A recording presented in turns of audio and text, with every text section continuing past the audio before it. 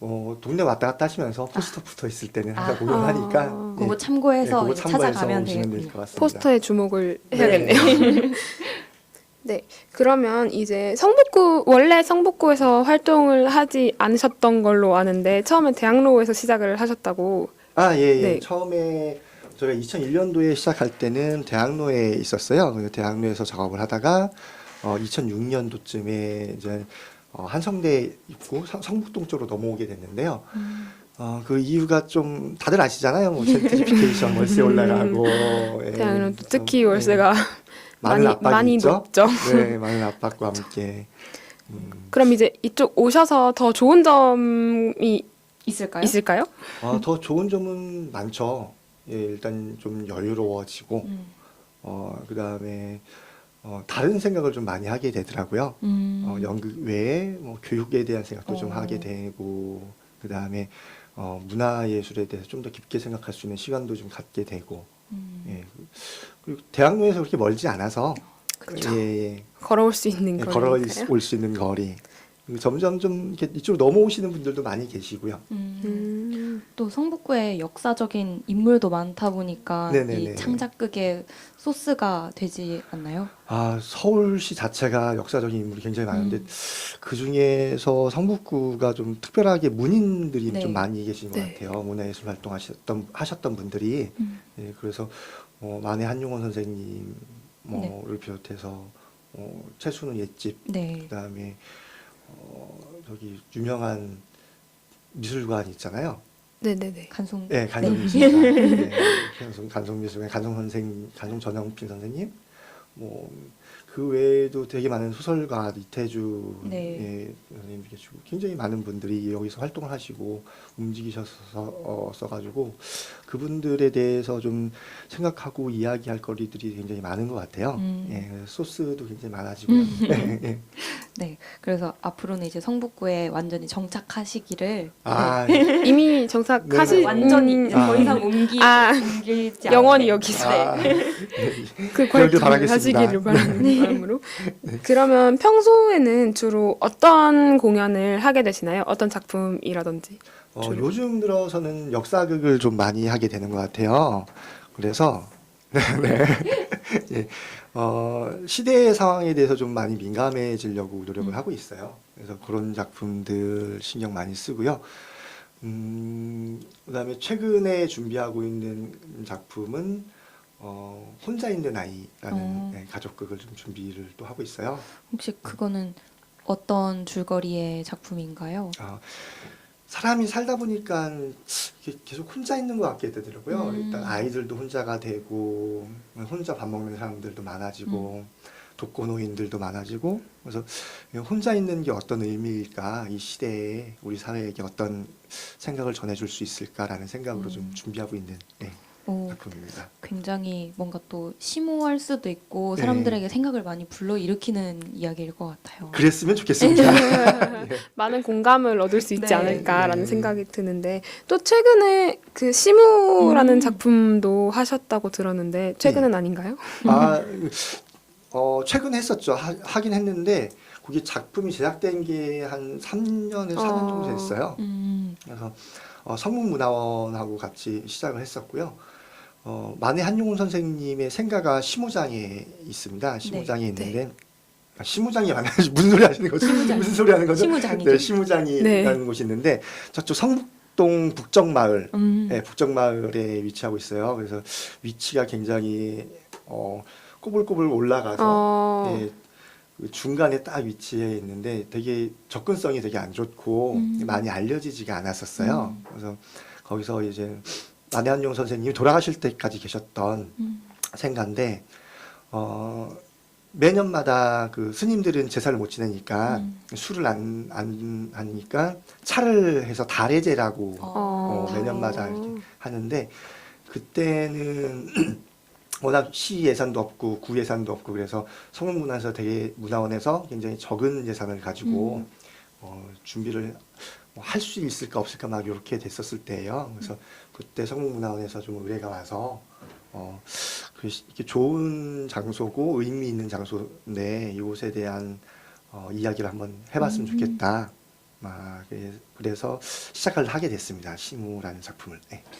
그러면 이제 시무라는 작품이 어떻게 풀어져 나가는지도 짧게 소개를 해주시면 좋을 것 같아요. 시무라는 작품은 시무장에서의 일화를 다룬 작품이에요. 그래서 그 중에 김동삼 선생님이라고 청산리 전투에서 굉장히 큰 공을 세우신 김자진 선생님하고 같이 계셨던 네. 분이 계신데 그분이 독립운동을 하시다가 여기 서대문 형무소에 투옥이 되세요. 그리고 거기서 돌아가시게 되는데 김동삼 선생님의 시신을 찾아가라고 일제가 이렇게 방을 걸어요. 왜 그러냐면 그 시신을 찾아가는 사람 자체는 독립운동가니까 그 사람을 잡고, 예, 그다음에 그때 당시는 굉장히 우리나라가 일본 일제죠. 일제의 순경이나 뭐 이런 사람들이 되게 강압이 너무 심해서 우리나라의 독립지사들이 다 만주나 뭐 해외로 다 나가고, 그다음에 우리나라에서 활동하는 사람들은 다들 지하로 다 잠입하고 정말 숨어서 할 수밖에 없었던 그런 상황이었대요. 그래서 그 당시 한용운 선생님은 그 얘기를 들으시고 바로 서대문 형무소로 뛰어가셔가지고 시신을 수습해서 5일장을 이렇게 치러드리게 된다는 네, 그런 일화가 있습니다. 그 장소가 시무장이고요. 그리고 또 재밌었던 게 이제 한용운 선생님의 따님의 시선에서 네네. 풀어나가는 거잖아요. 예. 어떻게 보면 좀 심오하고 좀 이렇게 다운될 수 있는 이야기를 좀 어떻게 보면 따님의 시선에서 조금은 발랄하게 풀어나가지 않나 하는 생각이 조금 예, 드는데요. 예. 한용운 선생님의 따님은 지금도 살아 계셔요. 한영수 선생님이신데 몇 번 만나려고 노력을 했는데 기회가 안 되더라고요. 그래서 정말 들은 이야기로만 이러신 분이시다라는 이야기로만 작품에 이제 참여가 되었고요, 반영이 되었고요. 한영 선생님은 되게 어떠신 분인지 모르겠는데 저희 상상 속에서 한영수 선생님은 그때가 성북동에 하면 완전 시골 산골, 예, 산골이라고 그러더라고요. 그래서 산골에서 뛰어다니는 철없는 아이, 여자 아이. 그래서 그런 이미지로 좀 그려봤습니다. 그래서 한용운 선생님의 시대와 현재 우리 시대를 이어주는 다리 역할, 예, 그런 캐릭터로 잡아봤습니다. 또 이렇게 따님이 나와서 항상 이런 극이나 이야기를 들어보면 그 한용운 선생님 자체가 주인공이 되는데 또 이렇게 네네. 따님이 나옴으로써 인해서 그 독립운동가 가족분들의 삶에 대해서도 생각해 네. 볼 수 있을 것 같아요. 예, 독립운동가의 가족분들이 굉장히 많은 아픔과 어려움이 아직도 굉장히 많이 남아있다고 하더라고요. 네. 그래서 어떤 방송에서 제가 봤나 했던 것 같은데, 이렇게 손님으로 찾아가면, 뭐 인터뷰나 이런 걸 위해서 찾아가면, 정말 차 한 잔 내놓기도 힘들 정도의 삶을 살아계시는 분들이 많다라고 하더라고요. 그래서 그런 부분에 또 굉장히 많은 아픔이 같이 우리가 공감을 해야 되지 않을까 예, 싶은 생각이 좀 있습니다. 그렇군요. 진짜 처음으로 그분들에 대한 생각을 해본 것 같아요. 네. 이번 항상 방송 준비를 우리는 그 하면서. 독립운동가 자체에만 네, 집중을 그쵸. 하게 되는데 또 제가 이렇게 기사를 찾아보니까 이렇게 정기 공연에 요청이 쇄도하고 있다고 들었어요. 계속 네. 시무장에서 네. 공연을 하고 계신 건가요? 예, 매년 공연을 하고 있고요. 음. 올해는 이제 10월 달 말에 중순 정도에 한 번 더 계획이 잡혀 있어요. 네. 시무장에서 또 네, 그런 시무장에서 공연을 하게 되시는 잡혀 거죠. 있고, 며칠 전에 의뢰가 들어와서 그럼 아직 됐습니다. 날짜는 확정된 게 아닌가요? 예, 날짜가 확정이 됐을 텐데 잠깐만 제가 그러면은 헷갈리네요. 좀 이따 노래 나올 때 네네네네. 한번 찾아봐 주시고 네. 홍보 타임을 가지면 네, 좋을 것 같습니다. 알겠습니다. 네, 지금 독립운동가 뭐 가족에 대한 이야기도 했는데 이와 비슷하게 이제 최근 광복 73주년 갈라 콘서트 아나키스트의 아내라는 공연으로 참여하셨다고 들었습니다. 이야기도 부탁드릴게요. 예, 아나키스트의 아내라는 작품은요, 굉장히 유명하신 독립운동가세요. 무당 이회영 선생님이시라고, 뭐, 이 다큐라든지 되게, 독립운동가 얘기를 하면은 항상 나오시는 분이세요. 그래서 그 일가 자체가 굉장히 독립운동가의 일가로 유명한 사람인데, 명동에 지금 YMCA 건물이라고 네. 있어요. 아시죠? 그 네네네. 명동성당 앞에 네. 거기 그 부분의 땅이 다 이혜영 선생님의 아. 일가의 땅이었어요. 그래서 독립운동하러 만주로 가실 때 그쪽 일가의 땅을 다 팔고 그다음에 뭐 둘째 형님의 땅은 거의 그분 땅을 밟지 않고 서울로 올라올 수 없다라는 예, 이야기가 있을 정도로 그래서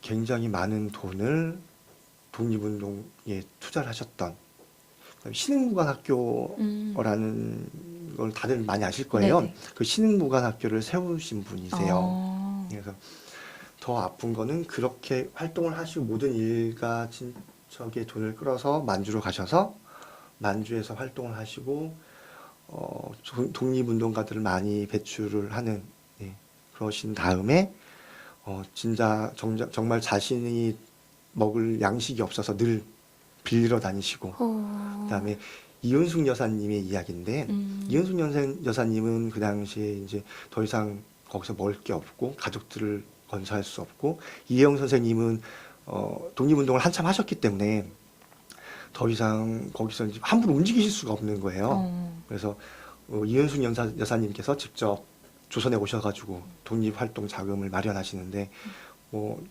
다 반겨주는 사람이 없죠. 아무도 네. 반겨주는 사람도 없고 그래서 하셨던 일들이 그때 당시 이회영 선생님 일가는 뭐라고 얘기하지? 완전히 대감지 600억 거의 지금 2조라는 얘기도 있고 막 그래요. 땅 가격까지 막 합하면은 근데 그런 자산가가 우리나라에 다시 돌아와서 남의 집 식무살이하고 그래서 그 돈 벌어서 이회영 선생님한테 보내고 이런 삶까지 되셨다고 하더라고요. 그래서 그런 많은 아픔 그렇게까지 독립운동을 하셨구나. 예. 그런 또 그 가족들이 네. 얼마나 네. 힘들었을까. 진짜 그 정도로 그렇게 네. 힘들게 운동을 하셨을 거라고는 생각을 보통 못 하잖아요. 그냥 뭐 탄압이 심해서 네. 이렇게만 생각하지 자금적인 문제 때문이라는 생각은 안 해봤는데 또 새로운 시각으로 볼 수 있는 기회인 것 같아요. 또 이 주변 사람들이라는 게 또 저희가 또 새롭게 생각할 수 있는 계기인 것 같아요. 네. 그 워낙 사람들이 많으니까 그 한 가족이 대가족이니까 네. 그 안에서도 굉장히 많은 일들이 음. 뭐 일어났더라고요. 그래서 그런 것들을 좀 이렇게 찾아가면서 예, 재미를 느낄 수 있는 예, 그런 작품인 것 같습니다. 그러면 또 이제 주로 성북구에 오셔서는 역사적인 인물들을 주인공으로 한 작품을 많이 제작을 하고 계시잖아요. 네네. 그럼 이런 극을 만들 때 가장 신경 쓰이는 부분은 어떤 게 있으신가요? 가장 신경 쓰이는 부분은 아무래도 팩트죠. 아, 그렇죠. 예, 뭐가 사실인지, 그리고 어디까지 사실을 쓰고, 이게 극이잖아요. 네. 극이다 보니까 드라마성도 들어가야 되고, 정말 극으로 무엇인가를 밀어야 되는데, 자칫 잘못하면은 이게 외줄 타는 느낌이라서, 예, 정말 잘못하면은 역사를 많이 왜곡하게 되고, 예, 그렇게 되더라고요. 근데 이 역사는 후세들이 보는 시각이라고 저는 생각을 해요. 네. 그래서 그 시각에 따라서 뭐 이렇게도 볼 수 있고 저렇게도 볼 수 있는데 그 볼 수 있는 것의 한계가 과연 어딘지 예 그걸 결정하는 게 너무 힘들더라고요. 그래서 자문도 많이 구해보고 사실이 아닌 건 또 사실이 아니라고 이렇게 프로그램이나 리플렛에 명시를 예, 해주시는 명시도 거죠. 해놓고 그걸 위한 거니까요. 어차피 그래서 그런 부분들 그리고 이게 뭐 살아계셨던 분들 돌아가셨던 분들의 이야기고 역사적인 사실을 다루다 보니까 혹시 그 사람들에게 그분들에게 피해가 되는 이야기가 아닌가 예 그런 생각도 하고 예. 이 역사를 다루다 보니 또 어려운 점이 정말 많으신 것 같아요. 생각할 게 좀 많죠. 예 근데 뭐 어차피 하기 나름 아닌가요? 역사가 뭐 보는 사람 그것도 입장이니까. 그렇죠. 역사는 뭔가 해석의 학문이니까요. 네, 네, 해석하기 그쵸. 나름이라는 느낌인데 네. 근데 뭐 요즘에 사극 드라마 같은 것도 되게 많이 네네. 하잖아요. 전에 근데 대학교에 와서 교양 강의로 한국사를 듣는데 네. 교수님이 그 얘기를 하더라고요. 뭐 요즘 나오는 이 드라마가 뭐 시대가 예를 들어서 네. 고려예요. 근데 저기 걸린 그림은 조선 그림이다. 뭐 이런 거 예, 있잖아요. 맞아요. 볼 때 너무 화가 난다고 그런 아. 말씀 되게 많이 하시더라고요. 맞아요. 되게 예민하게 받아들일 수도 있는 예, 문제라서 좀 특히 힘든 부분이 있을 것 같아요. 역사학자분들은 그런 거에 되게 민감해 네, 그쵸. 하시죠. 예, 예. 그두 인물이 한 시대에 살 수가 없는 인물인데. 맞아요. 두 분을 되게 친구로 설정한다든지 예, 뭐 예. 조금 이상한 부분들이 네네. 있다고 얘기는 하시는데 뭐 해석의 학문이니까요. 새로운 그쵸. 이야기를 또 쓸 수 있는 네. 기회라서. 그러면 이렇게 자문도 구하신다고 했는데 네네. 혹시 책도 많이 읽게 되시고 그러신가요? 예, 책을 많이 찾아보게 돼요. 논문 특히 많이 찾아보게 되는데, 한용운 선생님 같은 경우는 좀 책이 그래도 좀 논문이 좀 많이 나와 있어요. 많이 나와 있고 그런데 제가 작년에 했던 최동선이라는 음악가가 계세요. 우리나라 한국 고향이라는 작품을 네, 쓰셨던 분인데 한국 가곡에 있어서 이제 많은 우리나라 최초의 비정형 가곡이라고 정형 가곡은 이런 거 있잖아요. 울 밑에 선, 홍선아야 네네네네. 딱딱 떨어지는 거. 근데 비정형 가곡은 가사 자체가 저기 운문이 안 맞아요. 그래서 굉장히 좀 난해한 예, 그런 가곡이죠. 그래서 우리나라 최초의 비정형 가곡을 쓰신 분이세요. 그리고 그분의 삶도 굉장히 재밌어요. 여기 성북동에 사셨었거든요. 예, 그래서 183에 17이라는 예, 작품을 했었는데 그분 같은 경우는 특별한 그런 어떤 자료가 많이 없어요. 그래서 논문을 전부 다 뒤져봐야 한 10권 내외? 예, 그리고 벌교 출신이라서 벌교에 가면 최동선 음악당이라는 곳이 있어요. 그래서 거기 가보면은 좀 자료가 있을까 가봤는데 거기도 이렇게 썩 많은 자료가 있지는 않고, 예, 그래서 그럴 때가 참 애매한 것 같아요. 그래서 자료가 많을수록 예, 저도 풍성해지는 법이니까요. 아무래도. 할 얘기도 좀 많아지고 네, 그죠. 예, 다른 사람이 했던 얘기도 좀 이렇게 얘기하면 어떨까? 좀 따올 수도 예, 있고. 따올 수도 있고 좀 소스가 많아요. 인용할 수도 있고. 예. 근데 확실히 뭔가 알려지지 않은 그런 분들을 또 이렇게 뭐라고 표현해야 되죠? 찾아서 또 알리는 역할도 있잖아요. 사실 극이라는 게. 아, 그게 그건 좀 원래- 힘든가요? 아니요. 그게 좋죠. 그게 좋은데 이게 시선 자체가 그 사람 외의 사람들 혹은 워낙 소수의 사람들의 이야기라고 저는 생각을 해요. 그런 사람들의 이야기를 해야지 연극이 가야 되는 길이 아닌가라고 저는 생각을 해요. 그래서 알려지지 않는 사람들이라기보다 알려진 사람들 옆에서 같이 고생했던 사람들, 색다른 시각으로 네, 또 뭔가. 다른 시각으로 그다음에 되게 훌륭한 사람을 했는데 그 훌륭한 일 때문에 피해봤던 사람. 이것도 되게 재밌는 주제인데요. 피해봤던 사람. 예, 이 되게 흥미로운데. 세상사가 다 그런 것 같아요. 일장일단이 있고 밝은 면이 있으면 어두운 면이 있고 누군가는 그 어두운 면도 감싸줘야 되고 그렇다고 뭐 나쁜 짓 한 사람을 뭐 이렇게 응원해주고 이런 네, 건 네, 아니고 왜 그런 현상이 발생했을까? 이스라엘에 가면은 그 회의 구성원 중에 10번째 사람인가 9번째 사람인가 뭐 7번째 사람인가 그런 게 있대요. 그래서 모든 회의나 이런 중요한 결정을 할 때 그 마지막 번째 사람은 나머지 사람들이 다 찬성을 하더라도 반대를. 네, 무조건 반대를 진짜요? 의무적으로 반대를 해야 된대요. 네, 그래서 만장일치란 나올 수 없게끔 네, 그런 제도가 있다고 하더라고요. 그래서 연극이라는 게 좀 마음 힘들다고 하면 힘든 길을 가야겠다라고 생각하면 그런 길도 있지 않을까. 예, 그런 생각도 좀 하게 됩니다. 예. 어쩐지 이 말씀을 들으니까 또 우리 추천 음악이 딱 어울릴 것 같은 느낌이 어쩐지 들어서 네. 지금 음악을 잠깐 듣고 가보겠습니다. 추천해 주시는 음악이 있다고 하셨는데 어떤 곡인지 한번 얘기해 주세요. 저 한영애 선생님의 조율이라는 곡인데요. 네. 제가 되게 좋아하는 곡이고 누군가 좀 조율을 한번 해줬으면 좋지 않을까. 그렇죠. 예. 이 곡이 전에 그 나는 가수다에 나와서 되게 유명해지지 않았나요? 되게 오래된 곡이라 저 최근에 곡을 아, 들어봤어요. 네네네. 이게 아마 나는 가수다에서 좀 근데 그것도 몇 년 됐는데 네. 네, JK 김동욱 씨가 불러서 조금 아. 화제가 다시 되었던 걸로 알고 있습니다. 네네네. 얼른 들어가야 될 것 네, 같아요. 좋은 곡이니까 같이 듣고 가겠습니다.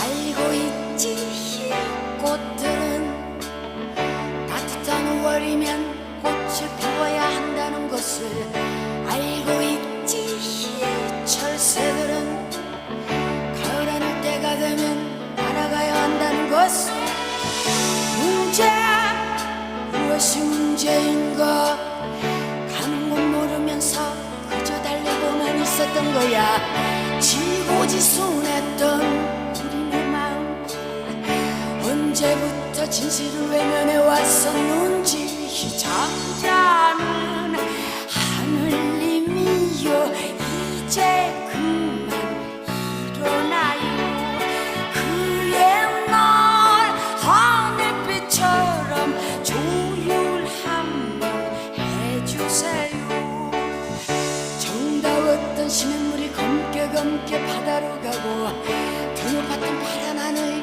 뿌옇게 보이질 않으니 마지막 가꾸었던 우리의 사랑도 그렇게 끝이 나는 건 아닌지 잠자는 하늘님이여 이제 그만 일어나요 그의 날 하늘빛처럼 조율 한번 해주세요 잠자는 하늘님이여 이제 그만 일어나요 그의 날 하늘빛처럼 조율 한번 해주세요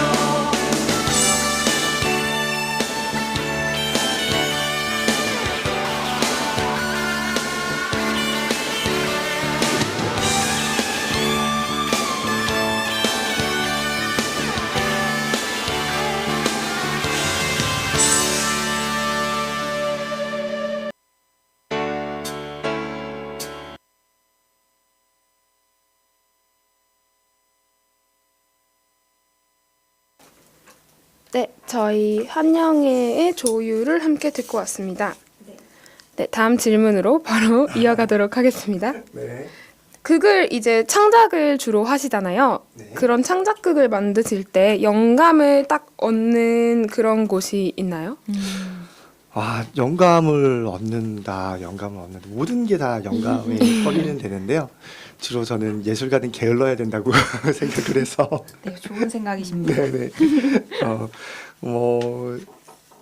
사물을 보거나, 예, 뭐 여행을 많이 가거나, 뭐 이렇게 하면 되게 멋있어 보인다. 네.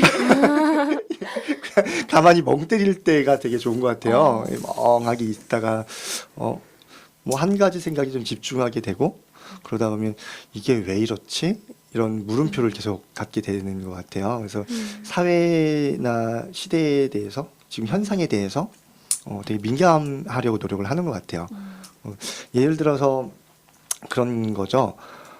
어느 날 갑자기 좌측 통행을 하다가 순간 우측 통행으로 다 바꿨어요. 그렇죠. 네, 그러다 이게 왜 바꿔야 되지? 어떻게 그럴 수가 있지? 우리나라 인구가 5천만인데 어느 순간 하루아침에 5천만의 생각을 바꾼다는 게 말이 돼? 그리고 또 누군가는 그 바꾼 거에 대해서 찬성을 하고 이건 좋은 제도다. 누군가는 그 제도 때문에 너무 힘들어. 왜 우리가 그 제도를 따라야 돼? 그러니까 작용과 반작용 계속 생겨나고 그러면서 갈등이 생겨나고 그 갈등들이 하나의 극이 되는 거죠. 예, 그러니까 그런 식으로 좀 보고 있으면 굉장히 많은 생각들이 이렇게 가지를 치고 나가는 것 같아요. 예, 그래서 멍하게 있는 게 좋은 게 아닐까. 네. 그럼 혹시 최순우 선생님과 관련된 극을 생각해 보신 적 있으실까요? 최순우 옛집이요? 네네. 네. 최순우 옛집에 대한 생각은 아직 못 해봤어요. 그래서 그냥 네네. 제가 추천드리는 게 이렇게 멍 네네. 때리시면서 이렇게 영감을 얻으시니까 그것이 좋다. 네. 최순우 옛집에 네, 가서 거기에 가만히 네, 앉아서 네, 이렇게 멍 때리시다 보면 또 네네. 좋은 영감이 떠오르지 않을까라는. 거기는 너무 좋더라고요. 네. 최순우 옛집은 그쵸. 뒤 그 뜰도 되게 잘 만들어놓고 정원을 되게 좋아하셨나 네. 봐요. 그리고 거기에 방 이름이 하나하나 써 네. 있는데 그 방 이름에 대한 의미도 좀 있을 것 같고 그래서 한번 도전해 보겠습니다. 네. 최순우 거기 옛집. 거기 네. 심긴 꽃도 다 직접 선생님께서 네. 갖고 와서 심어주신 거라고 하더라고요. 네네네네. 근데 혜진지님 가보셨나요? 아니요, 저 가려고 시도했지만 길을 아. 못 찾아가지고 아, 진짜? 성북도까지 갔었거든요. 진짜요? 근데 제가 길 치워가지고 아, 가다가 갑자기 이런. 헤매서 아, 시간이 늦어지는 바람에 안타깝네요. 정말 개장 좀. 그 오픈 시간, 개장 시간도 놓치고 아, 이래가지고 못 갔거든요. 저희가 몇 주 전에 거기 이제 담당하시는 분 하계사님과 인터뷰를 했었거든요. 방송 아. 진행을. 방송하고 안 가셨군요. 네, 저는 갔습니다. 저는 갔습니다. 네, 뭐 가까우니까 언제든 갈 수 있으니까요. 네네. 곧 전시도 하니까요. 꼭 다녀오시길 대신 바랍니다. 제가 인스타도 팔로우를 하고 있어가지고 예. 매일매일 이렇게 현황을 살펴보면서 아, 언제가 가장 예쁠까. 네. 아, 그렇구나. 최순우 옛집은 언제 가도 예쁜 것 같아요. 네, 또 네. 그때 얘기 들었을 때 너무 좋았던 얘기가 원래 겨울에는 집도 쉬어야 된다고 하셔서 네네네. 겨울에는 이제 개장을 안 해놓는 어. 놓으시는데 근데 눈이 너무 예쁘게 내려서 아. 누군가는 봐야 할 것 같을 때 네네. 몰래 열어 놓으신대요. 그렇구나. 네. 그 정도 너무 재밌는 것 같고 맞아요. 네. 사계절 내내 예쁘기 때문에 또 아. 그러시지 않을까. 그렇죠. 거기를 담당하는 곳이 내셔널 트러스트가 담당하는 곳이죠. 네네. 예, 내셔널 트러스트. 그렇죠. 참 좋은 일을 많이 하는 곳인 것 네. 같아요. 예. 우리나라 옛 건물들을 이렇게 구입해서 잘 관리하시고 네. 또 민간에게 다시 개방해주고 네네. 예. 이게 또 시민이 지켜내는 네네. 문화유산이 되는 개념이기 때문에 그쵸. 더 뜻깊은 것 같더라고요. 네네. 네, 저희가 또 이제 작품에 대한 얘기를 이어가 보려고 하는데요. 아 어. 너무 다른 데로 갔나요? 네. 갑자기. 제가 추천을 하다 보니까 다른 얘기로 넘어갔는데 또 이제 작품을 제작하는 과정이 저희가 궁금하다 보니까요. 또 네. 어떤 부분에 또 집중하고 제작하시는지가 네, 궁금합니다. 작품 제작을 여러 가지로 볼 수가 있어요. 작품 제작을 기획 제작이냐, 아니면 뭐 자체 제작이냐, 아니면 뭐 의뢰받아서 만들어진 작품이냐 해서 되게 많은 다른 상황이 되는데, 어떤 상황, 세 가지를 다 설명드릴까요? 네. 너무 방대한데? 일단은 그러면은 기획 제작 같은 경우를 설명드려 볼게요. 기획 제작 같은 경우는 주가 기획자가 돼요. 그래서 기획사나 아니면 개인 기획자나가 주가 돼서 어떤 사건에 대한 영감을 얻겠죠. 만일에 오늘 했던 팟캐스트 같은 네. 경우 이 자리에 와서 이걸 작품을 연극으로 만들고 싶다라고 기획자가 생각을 하면은 그 이유에 대해서 기획자가 이제 기획 구성을 하겠죠. 쭉 하고 그 다음에 이제 작가나 연출가를 만납니다. 기획자가. 그래서 기획자가 작가와 연출가와 만나서 회의를 통해서 선택을 기획자가 하는 거죠. 이 기획에는 이 연출가, 이 작가가 맞을 것 같아. 그래서 그 다음에 배우도 물론 연출가와 같이 뽑겠지만 기획자가 많은 부분을 참여를 하고 그래서 기획 위주의 작품이 나오게 되죠. 그래서 기획 위주의 작품이 나오게 되면은 장점은 일단은 기획자다 보니까 정확한 홍보 마케팅이나 방향성에 대해서 명확하다라는 거죠. 예.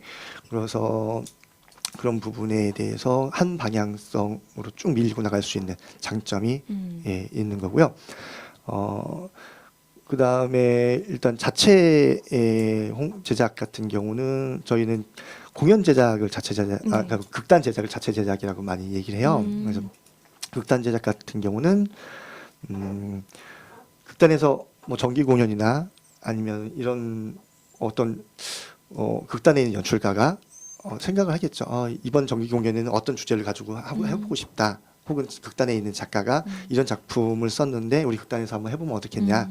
그래서 그걸 가지고 오면 단원들의 오디션을 보고 그다음에 외부 사람들도 좀 모여서 구성이 되고 그다음에 그 작품을 올리게 되는 거죠. 그러니까 그 다음에 이제 기획자가 붙게 돼서 기획력이 약간은 극단위에서 기획자가 되는 거고 그다음 기획자는 홍보나 마케팅 또는 이 서포트 스텝 부분으로 예, 붙게 되는 예, 그런 느낌이 되고요.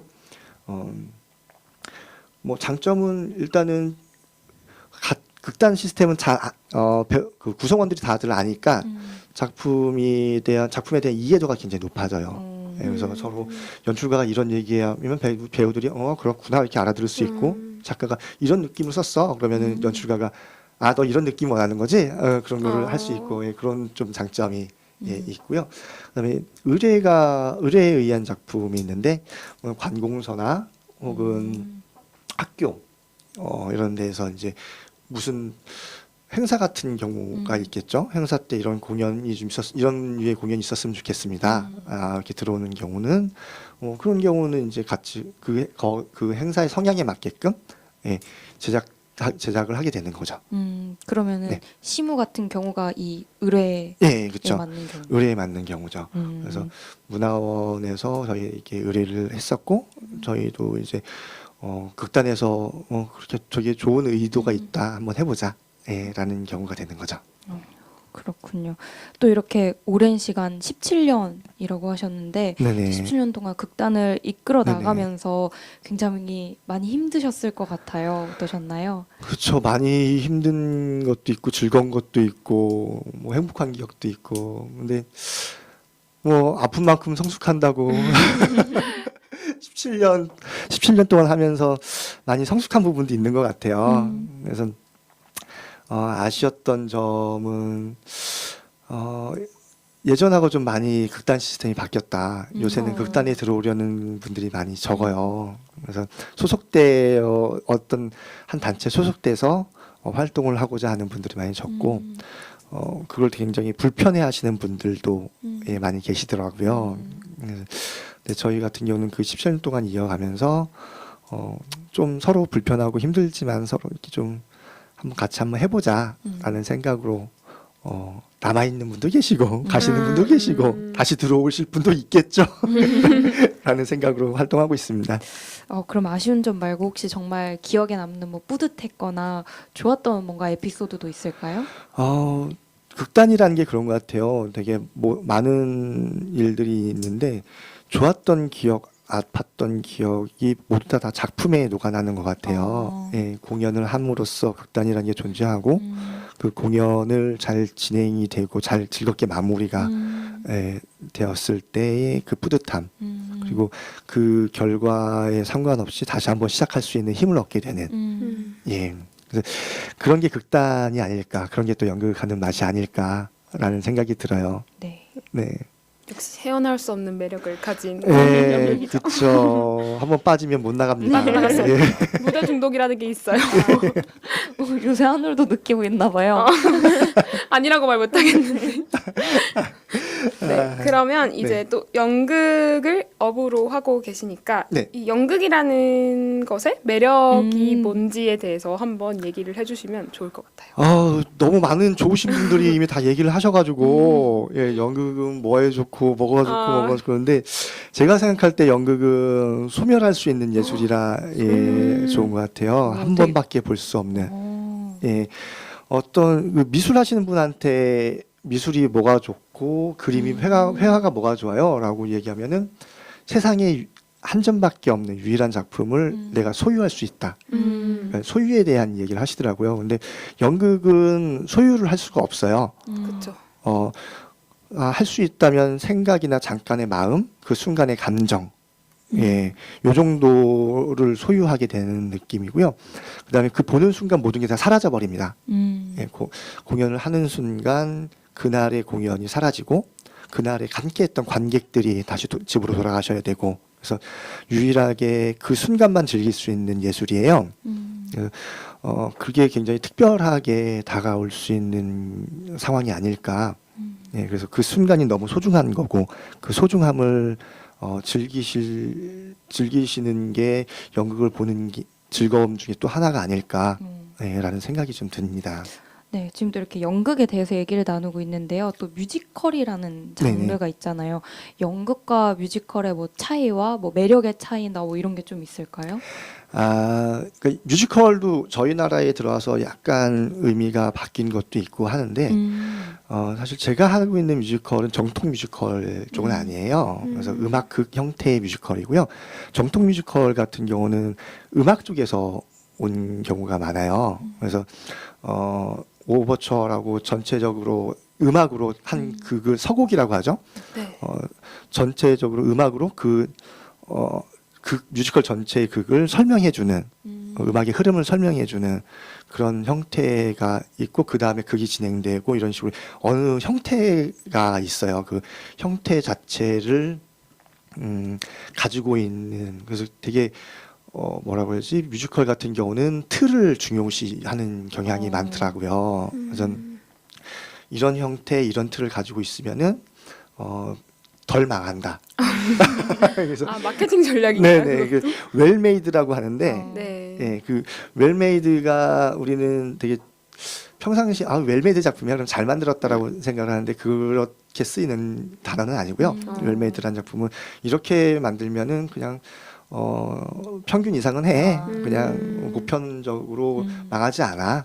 예, 그런 느낌이라고 생각하시면 될 거예요. 그래서 그 웰메이드를 지키는 게 사실 굉장히 어렵거든요. 그래서 그걸 지키기 위해서 뮤지컬에서 돈 많이 쓰셨던 분들이 우리 망하니 망하셨던 분들이 이렇게 틀을 만드셨어요. 뭐 I want song이라든지 몇 분 안에 I want song이 나와야 되고 몇 분 안에 누가 뭐 등장을 해야 되고 예, 배역 비역은 누구 해야 되고 근데 그거는 제작적인 부분이고 음악적인 부분은 또 있어요. 음악적인 부분 틀은 오페라랑 비슷한데 음역대가 있어요. 음역대와 칼라가 딱 있으면 이거는 이 음역대를 갖고 있는 사람은 주인공.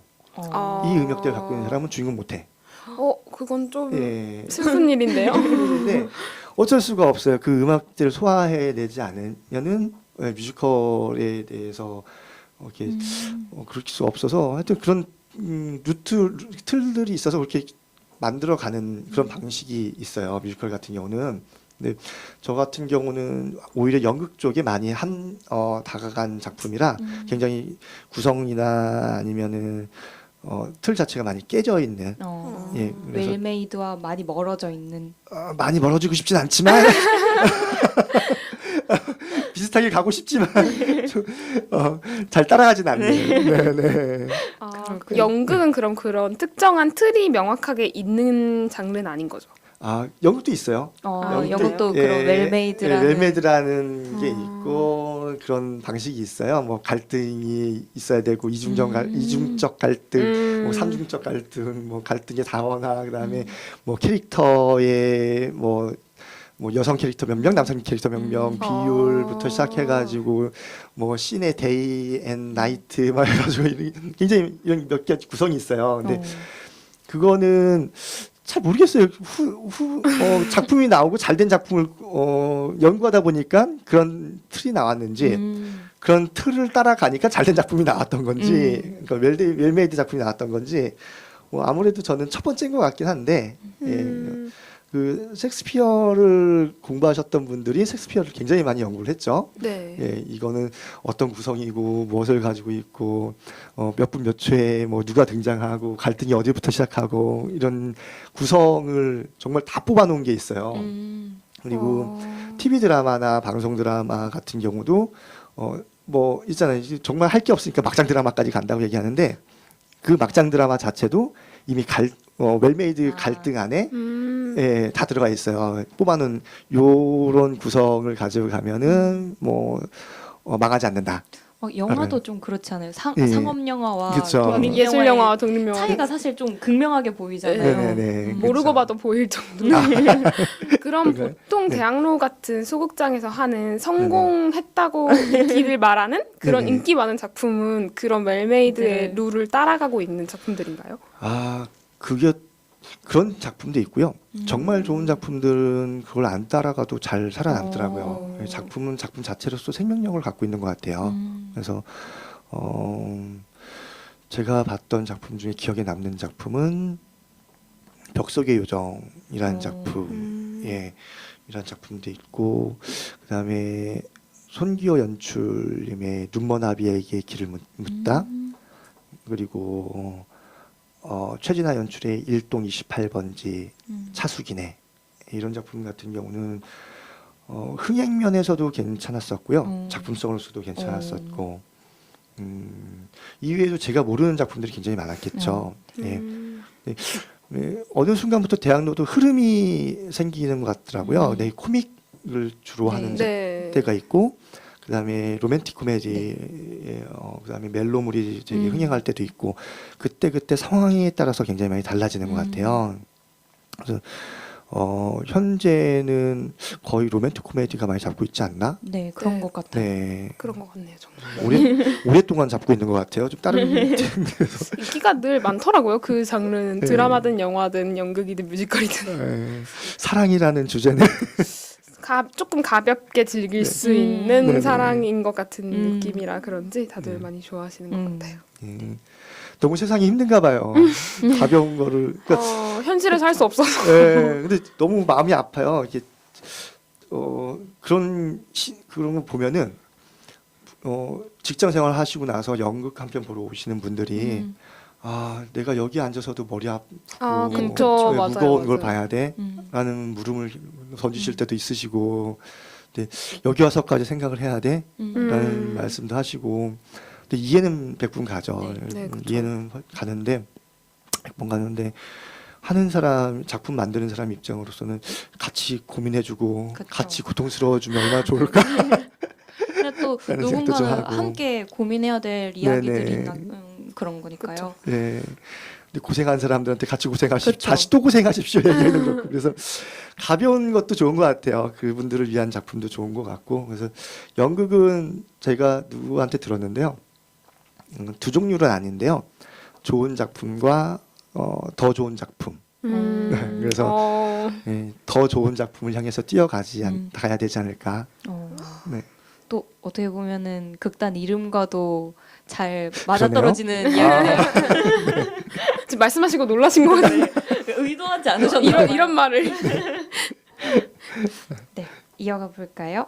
네, 그렇다면 이렇게 오랫동안 극단을 운영을 어쨌든 하셨는데 17년이라는 긴 세월 네. 동안 그런 운영에 대한 원동력은 어떤 걸까요? 무엇이 있을까요? 운영에 대한 원동력은 사람인 것 같아요. 네, 좋은 사람들을 만나야 되고, 극단을 운영한다라는 게 쉽지가 않죠. 네, 그리고 한 단체를 17년 동안 살아있게 한다라는 것도 굉장히 어려운 일인 것 같아요. 근데 함께 했던 좋은 동료들이 있었고, 그다음에 주변에서 좋은 선후배들이 계셨었고, 그리고 보고 가야 될 사람들이 아직 살아남아 있고, 뭐 두 가지 마음이에요. 제가 아직 잘하지 못하기 때문에 잘하는 사람들은 빨리빨리 좀 가졌으면 좋겠다는 생각도 있고, 오래오래 같이 작업해가지고 즐겼으면 좋겠다라는 생각도 있고, 두 번째 생각만 있습니다. 농담이에요. 네. 네, 그러면 이 좋은 사람들이랑 함께할 앞으로의 계획이 또 궁금한데요. 네. 뭐 공연 계획이죠. 뭐 아까 말씀드렸던 작품들 계속 준비해 가고 있고요. 20년째 극단 20주년 기념으로 왕을 바라다라는 작품을 한번 해보고 싶어요. 이건 또 어떤 연극이죠? 왕을 바라다라는 작품은 중종과 조광조에 대한 이야기예요. 그래서 중종하면은 저희가 알기에는 굉장히 우유부단한 우유부단한 사람이고, 그다음에 사화라고 하나요? 기묘사화를 일으키고, 그다음에 반정이라고 해서 혁명은 혁명인데 그렇죠? 다시 돌아온다. 옳은 것으로 다시 돌아온다. 그래서 연산군을 폐위시키고 충신들이라고 해야 되나? 하여튼간 그때 당시에 귀족층들이 왕을 다시 세우는 그러는 걸 반정이라고 하는데, 두 번의 반정이 있었어요.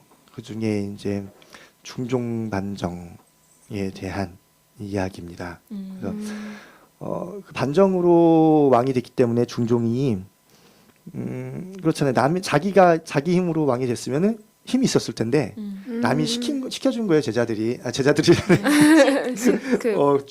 신하들이. 그러니까 신하들이 훨씬 힘이 셌겠죠. 힘이 없어요. 그리고 연산이 죽는 모습도 봤고 연산이 도망가는 모습도 보고, 그러니까 굉장히 역사적으로는 우유부단한 왕이라고 적혀 있어요. 어느 정도 우유부단하냐면 자기 처가 있어요. 본처가 있는데 그 치마바이라는 설화를 남긴 여자예요. 인왕산의 치마바이라고. 인왕산으로 쫓겨가서 그 인왕산 바위에다 치마를 걸어서 왕이 항상 자기를 볼 수 있게끔, 그래서 거기 치마 모양의 바위가 새겨졌다라는 설화를 만들 정도의. 근데 왕이 됐어요. 왕이 되고 3일 만에 자기 본처를 쳐내야 돼요. 자꾸만 신하들이 내 압박에 의해서. 그래서 그 정도로 힘이 없었던 왕이에요. 근데 그 재위 기간을 살펴보면은 조선의 모든 왕 중에 세 번째인가 네 번째로 길어요. 재위 기간이. 근데 지금에 와서 다시 한번 그 시선을 그걸 바라보면은 와, 이 사람은 정말 정치에서의 천재다. 이쪽 갈아탔다, 저쪽 갈아탔다. 그쵸, 맞아요. 자기의 생명 하나를 위해서 이렇게까지 살아남을 수 있는, 그리고 또 더구나 연산의 때를 버텨내는 사람이거든요. 그러니까 연산군의 자기 친척들 다 죽이고 막 이랬을 때 거의 유일하게 살아남은 사람일 거예요. 중종이. 그래서 다음에 왕이 될 수 있었던. 예. 그래서 그렇게 따지면은 이 사람 굉장히 천재다. 정치적으로 자기 목숨 살리는데 천재고, 거기에 조광조라는 사람이 붙게 되죠. 조광조는 성리학자, 유학자라고 하는데 소학이라고 해요. 소학이라고 하면 소학을 굉장히 중요시 여겼는데 소학은 그 당시에 소학을 다시 배운다고 하면은 완전히 아이들이 배우는 학문이에요. 네. 그래서 가장 기본적인 기초적인 기초를 굉장히 중요시 여겼던 그런 사람이거든요. 그래서 조광조를 만나면서 두 천재들의 우정, 그리고 그 중종이 자기 친구를 버릴 수밖에 없었던, 예, 그리고 혼자 살아남는, 예, 다들 왕이 되길 바라는 거죠. 신하들은 자기들이 원하는 왕, 조광조가 원하는 왕, 중종은 또 중종이 원하는 왕. 그래서 또 여인들은 여인들이 원하는 왕. 예. 그래서 그런 왕비나 왕궁에서, 그리고 왕이 원하는 거, 그다음에 신하들이 원하는 거, 또 백성들이 원하는 왕이 다 다르니까 그 안에서 이제 갈등이 또 생겨나고. 그래서 왕을 바라다입니다. 네. 그래서 길었네요. 뭐가 좀 지겨웠죠. 아니. 네, 이렇게 네. 좀 좋은 역사 이야기가 담긴 연극을 만드시다 보면 아까도 책을 많이 읽으신다고 들었는데 추천해주고 싶은 책이 궁금합니다. 예, 추천해주고 싶은 책은요, 제가 요즘 읽고 있는 책인데 박경리 선생님의 토지예요. 근데 토지를 읽으면서 굉장히 놀랐던 거는 제가 정말 나름대로 판다고 받고 막 했던 역사적인 인물이나 이런, 이거는 일반 사람들 잘 모를 거야. 이거는 그래, 이 정도 공부했으면 나만 알고 있겠지. 이런 자부심이나 자긍심을 와르르르 무너뜨리는 책이에요. 그래서 어떻게 이런 사람들의 이름까지 소설에 등장하지? 어떻게 이런 시대적인 상황까지 소설에 담지? 정말 대하소설이라고 할 수 있는 책인 것 같아요. 그래서 만약 역사에 조금이라도 관심이 있으시고 한 번쯤 역사를 다시 보고 싶다. 그러면은 이 토지라는 작품을 한번 읽어보시는 게 네. 되게 좋을 것 같아요. 좀 책이 길긴 한데 네. 그 책을 읽는 재미는 긴 책인데 그게 이제 시대별로 이렇게 진행이 돼요. 네. 그래서 구한 말이죠. 이제 일제 강점기가 되기 직전, 그 서약하기 을사조약이죠. 을사늑약이라고 하는데 을사늑약 그 전부터 시작해서 최판서 댁이라고 그 집을 배경으로 이렇게 이루어지는 역사적인 일인데 초점을 거기다 두면은 사람 냄새가 너무 굉장히 많이 나고 그다음에 역사적인 사실을 배경이 되면은 한 분 정도 더 이게 이런 역사적인 사실이 민초들에게 어떤 식으로 어떤 느낌으로 다가왔나라는 걸 바라볼 수 있고 그래서 여러 방향으로 볼 수 있는 여러 관점에서 볼 수 있는 책인 것 같아요. 그렇군요. 워낙 유명한 책이기도 하고 네, 꼭 네. 읽어보고 싶네요. 네, 근데 저도 유명한서 한번 읽어보려고 계속 노력을 했는데 시작하기가 시작하기가 쉽지가 맞아요. 너무 모든 어려워요. 네, 시작이 반이니까요. 부담되잖아요. 이게 20권. 일단 표지부터 펼치시길 네, 바라면서 그러면 다음으로는 이제 또 오늘 이렇게 방송을 같이 진행해 주셨는데 네. 다른 추천해 주실 만한 사람책 분을 한번 얘기해 주시면 좋을 것 같아요. 성북구에 와서 저를 고생시킨 분이 있어요. 네, 그 시무라는 작품을 하게 만들고, 네, 그다음에 아나키스트야, 네, 최동선, 여러 가지 역사적인 부분에 대해서 저보다 한 10배 정도는 능통하신, 예. 그다음에 성북문화원의 강성봉 사무국장님 되게 추천하고 싶은데요. 예, 이분은 굉장히 발이 넓으세요. 성북구 지역에 모르시는 분이 없을 걸 정도로 그래서 한번 모셔서 꼭 고생을 시켜주십시오.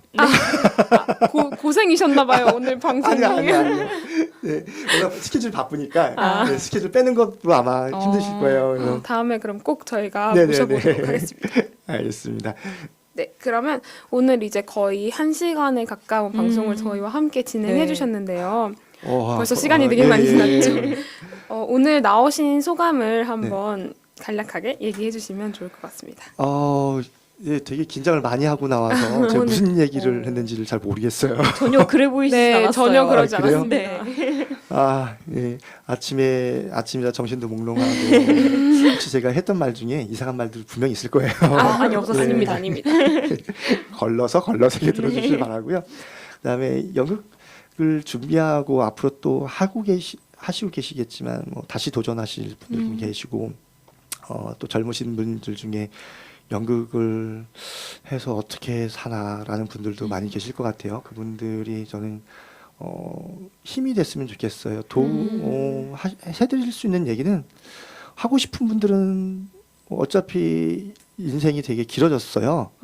100세 세대도 됐고, 예, 근데 저희가 죽으려면 또 아직도 멀었습니다. 정년퇴직도 하고 나서도 굉장히 또 시간이 남을 테고, 근데 젊으신 분들이 있으니까 도전을 해보시는 게 전 좋을 것 같아요. 하고 싶은 거 다 하셔도 되는 세대인 것 같아서, 예, 근데 무대의 즐거움보다 그 이면의 아픔이 더 많은 게 연극 작업이기 때문에 그런 아픔을 좀 즐기시면서 잘 버티시고 해 나가셨으면 좋겠습니다.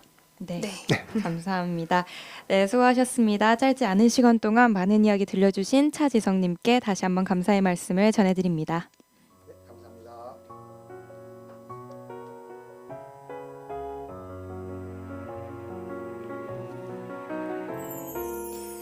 이렇게 한 권의 사람책이 사람책 도서관에 꽂혀지게 되었고 여기 담긴 소중한 이야기는 사람책 도서관 팟캐스트를 통해 언제든 다시 읽어보실 수 있습니다. 더불어 사람책과의 만남은 여러분들의 요청에 따라 성북 구립도서관에서 만남의 자리를 마련하도록 하겠습니다. 듣고 계신 여러분들을 이 자리에 모시는 그날까지 성북